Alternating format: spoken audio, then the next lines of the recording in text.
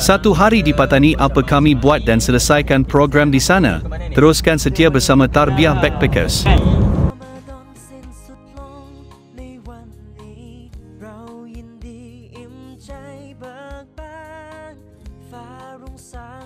Nak air raya kat Thailand lah ni. Mari masa ni. Ke Bandar Yala ni. Nampak kedai. Pergi.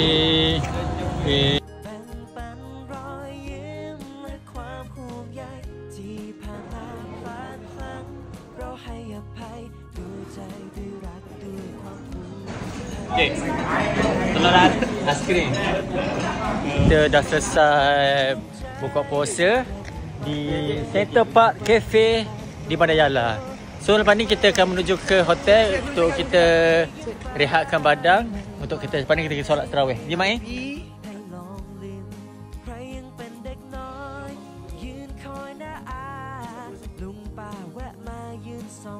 Dulu. Lepas kita check in, kita akan ke masjid untuk solat tarawih. Bila dia hati. Wow, macam ni. Bapak besar. Wow. Asal betul tak? Tandas tu asal-asal tak ada rasa.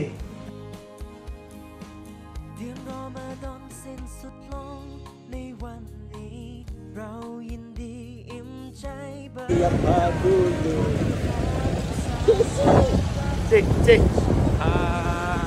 Pasar dalam tu? Pasar dalam. So sekarang kita dah naik motor ni 3 orang ni. Kita nak menuju ke pasar 10 akhir Ramadan.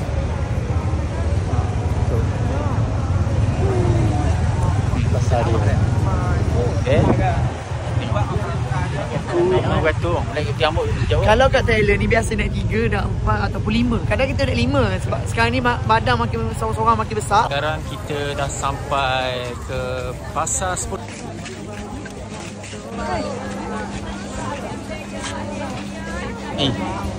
Tadi kita masuk ke pasar ni.